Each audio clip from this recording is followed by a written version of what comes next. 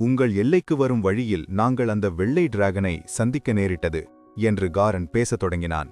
அது முன்னொரு காலத்தில் உல்ஃபாங் பழங்குடியினரால் தோற்கடிக்கப்பட்ட அதே டிராகன் என்று தோன்றுகிறது.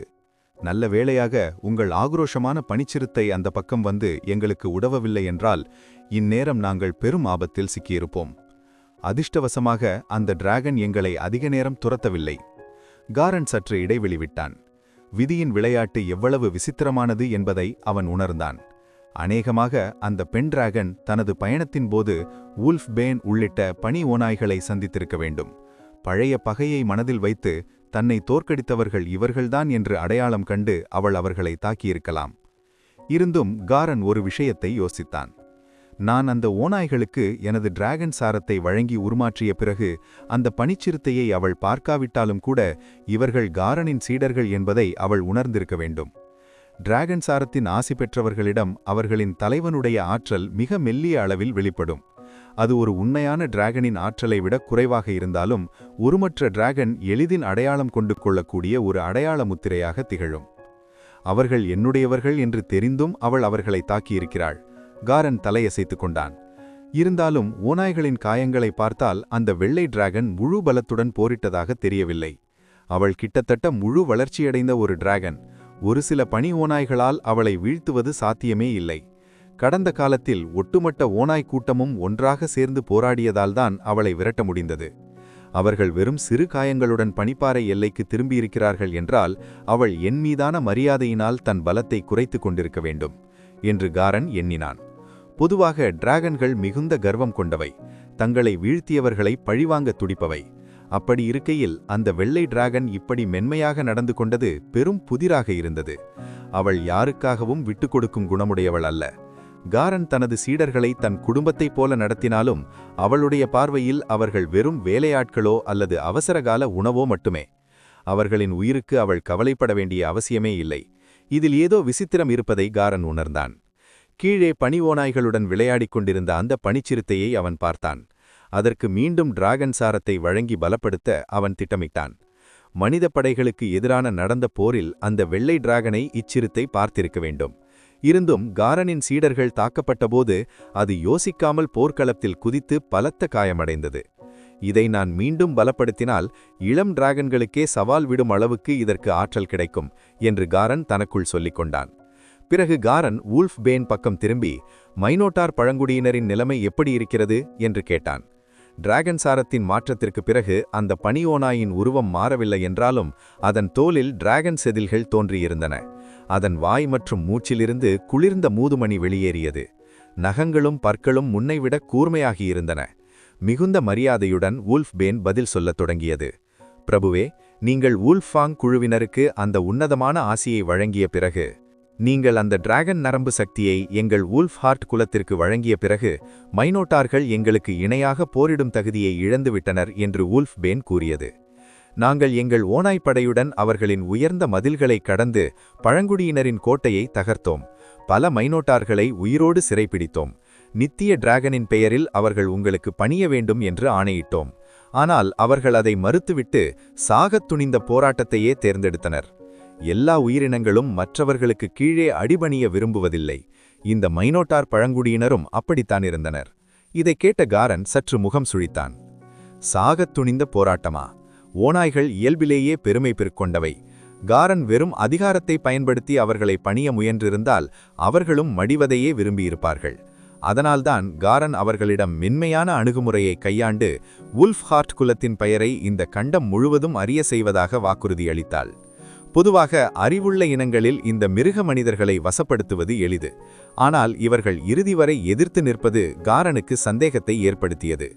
காரனின் கேள்விக்கு விக் என்ற ஓநாய் பதிலளித்த, ஆம் பிரபுவே, அவர்களுக்கு ஒரு பிடிவாதமான நம்பிக்கை இருக்கிறது. நாங்கள் எவ்வளவு மிரட்டியும் ஆசை காட்டியும் அவர்கள் உங்கள் டிராகன் சிறகுகளுக்கு கீழே குனிய மறுக்கிறார்கள். பிடிவாதமான நம்பிக்கையா? காரனின் கண்கள் சுருங்கின. அவர்கள் எதை நம்புகிறார்கள்? ஒரு கடவுளையா?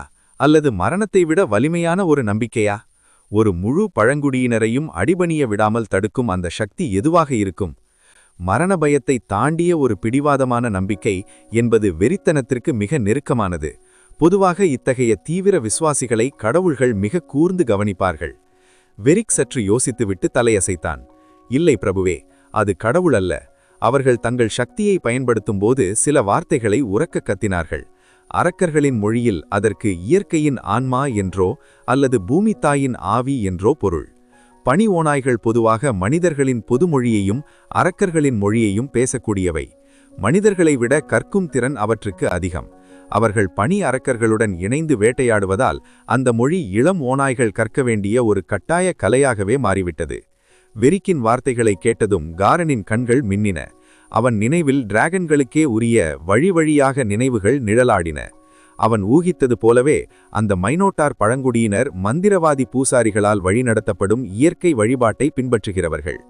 மந்திரவாதி பூசாரிகள் அல்லது இயற்கை குருக்கள் என்று அழைக்கப்படும் இவர்கள் உருவமுள்ள ஒரு கடவுளை வணங்குவதில்லை. மாறாக இயற்கையின் ஆற்றல்களையும் அதன் ஆவிகளையுமே வணங்குகிறார்கள். பூமி, மலைகள், நதிகள், பனிப்புயல் மற்றும் நெருப்பு, இந்த இயற்கை பேராற்றல்களையே அவர்கள் தெய்வமாக கருதுகிறார்கள். இயற்கை வழிபாட்டாளர்களின் பார்வையில் உலகத்தில் உள்ள அத்தனையிலும் ஒரு ஆன்மா இருக்கிறது. ஒரு மரம், ஒரு கல் அல்லது ஒரு சிறு மலர் கூட அறிவுள்ள உயிரினங்களுக்கு இணையான மதிப்பையும் அந்தஸ்தையும் கொண்டவை. இயற்கையின் மீது இத்தகைய ஆழமான பக்தி கொண்டவர்களுக்கு அந்த இயற்கையே பதிலளிக்கக்கூடும்.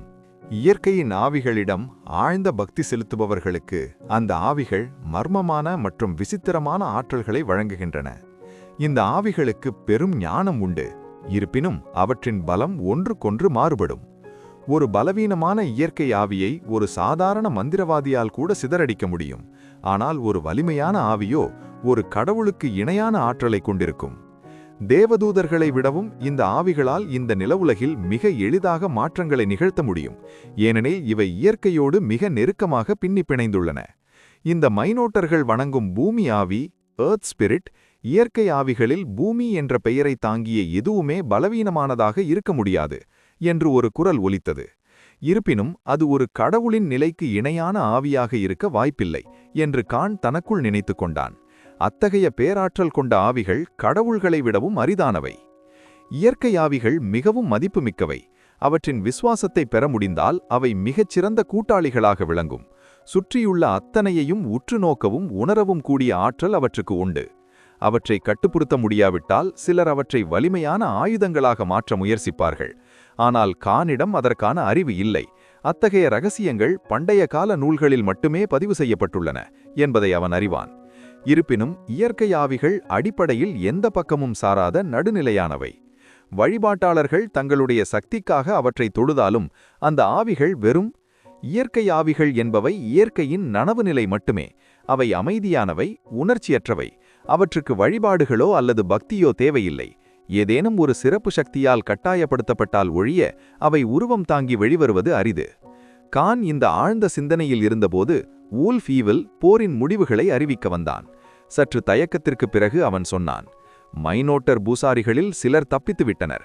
அவர்கள் நிச்சயம் பழிவாங்க திரும்புவோம் என்று சபதம் செய்துள்ளனர். அவர்கள் உங்களையே நேரடியாக தாக்க முயலலாம். கான் முன்னோக்கி சாய்ந்தான். அவன் குரல் அமைதியாக இருந்தாலும் அதில் ஒரு எச்சரிக்கை இருந்தது. இது வெறும் ஒரு எளிய சோதனை மட்டுமே. உங்கள் பணியை நீங்கள் செம்மையாக முடிக்க வேண்டும் என்பதற்காகவே டிராகன் நரம்பு சக்தியை உங்களுக்கு வழங்கினேன். வூல்ஃப் ஈவில், உன்னுடைய இந்த முடிவு எனக்கு ஏமாற்றத்தை தருகிறது. ஒருவேளை வூல்ஃப்ஹார்ட் குலத்திற்கு ஒரு புதிய தலைவன் தேவைப்படுகிறானோ? டிராகன் நரம்பு சக்தியால் பனி ஓநாய்கள் பெற்ற ஆற்றல் மின்னப்போதையும் விட மிக பெரியது. ஒரு காலத்தில் அவர்களுக்கு இணையாக போரிட்ட மைனோட்டர்கள் இப்போது அவர்களுக்கு நிகரே இல்லை. கானின் அந்த அமைதியான பார்வைக்கு கீழ் லாங்கியாவின் உடல் லேசாக நடுங்கியது. அவன் தன் தலை தரையை தொடுமளவுக்கு தாழ்த்தி வணங்கி பேசினான். எங்கள் பலம் திடீரென்று அதிகரித்ததால் எங்களில் சிலர் அதிக தன்னம்பிக்கை கொண்டு கவனக்குறைவாக இருந்துவிட்டனர். எதிரியை மிக குறைவாக மதிப்பிட்டு விட்டனர். இதை கவனிக்க தவறியது எனது தவறுதான். ஆனால் தயவு செய்து எனக்கு இன்னொரு வாய்ப்பு கொடுங்கள். வூல்ஃப்ஹார்ட் குலத்தின் வீரர்கள் மிகச்சிறந்த வேட்டைக்காரர்கள். தப்பிச் சென்றவர்களை அவர்கள் ஏற்கனவே துரத்திக் கொண்டிருக்கிறார்கள். அந்த காட்டுமிராண்டிகள் உங்களை தொந்தரவு செய்ய நாங்கள் விடமாட்டோம் என்று லாங் உறுதியளித்தான். கான் அவனை சற்று நேரம் உற்று நோக்கிவிட்டு மெதுவாக தலையசைத்தான். அந்த மைனோட்டர் பூசாரிகள் அனைவரையும் உயிரோடு சிறைபிடித்து வாருங்கள் என்று கான் கட்டளையிட்டான். அவர்களை இந்த பனிப்பாறை எல்லைக்கு கொண்டு வாருங்கள். இந்த கட்டளை அந்த பணியை இன்னும் கடினமாக்கியது. ஏனெனில் ஒருவரை கொல்வதை விட உயிரோடு பிடிப்பது எப்போதும் சவாலானது. கான் ஒரு கணக்கு போட்டான். பனி அசுரர்களை வீழ்த்தி அந்த விலை உயர்ந்த ரத்தின சுரங்கத்தை கைப்பற்றிய பிறகு அங்கே அகழ்வாராய்ச்சி செய்ய ஆட்கள் தேவை. ஓக்ரஸ்கள் மிகவும் முரட்டுத்தனமானவர்கள். அவர்கள் ரத்தினங்களை சிதைத்து விடுவார்கள். பனி ஆவிகளோ மிகவும் பலவீனமானவர்கள். அவர்களின் மந்திரம் ரத்தினங்களை பாதிக்கும். ஆனால் பூமியின் ஆவியை வணங்கும் மைனோட்டர் பூசாரிகள் இந்த வேலைக்கு மிகச் சரியானவர்கள். அவர்கள் பணிய மறுத்தால் அவர்களை அடிமைகளாக மாற்றவும் அவன் துணிந்தான். கானிடம் இதுவரை உண்மையான அடிமைகள் என்று யாருமில்லை. ஆனால் அவர்களின் இந்த பிடிவாத எதிர்ப்பை முறியடிப்பது கடினமல்ல என்று கான் நம்பினான். எந்த ஒரு உயிரினமும் உண்மையாகவே சாவது விரும்பவில்லை.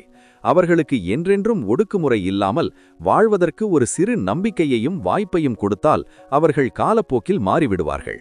அது மட்டுமல்ல, இத்தகைய இனத்தவர் ஒருவருக்கு தீவிர விசுவாசியாக மாறுவதை விட அடிமையாக இருப்பதை எளிதாக ஏற்றுக்கொள்வார்கள். அது அவர்களின் மத நம்பிக்கையை பாதிக்காது. ஒருவேளை அந்த போராட்டமே அவர்களின் நம்பிக்கையை இன்னும் வலுப்படுத்தலாம். கானின் பதிலை கேட்டதும் லாங்கி ஒரு நீண்ட பெருமூச்சு விட்டான். தன் தலை தப்பியது என்ற நிம்மதி அவன் முகத்தில் தெரிந்தது. கானின் பிரம்மாண்டமான உருவமும் அவனிடமிருந்து வெளிப்பட்ட அந்த மர்மமான ஆற்றலும் ஏற்படுத்திய அழுத்தம் லாங்கியாவை நிலைகுலைய செய்தது. கானின் முகம் சற்று கடுகடுத்தால் கூட லாங்கியால் நடுக்கத்தை கட்டுப்படுத்த முடிந்தது. பனி ஓநாய்கள் இயல்பிலேயே பெருமை பிடித்தவை.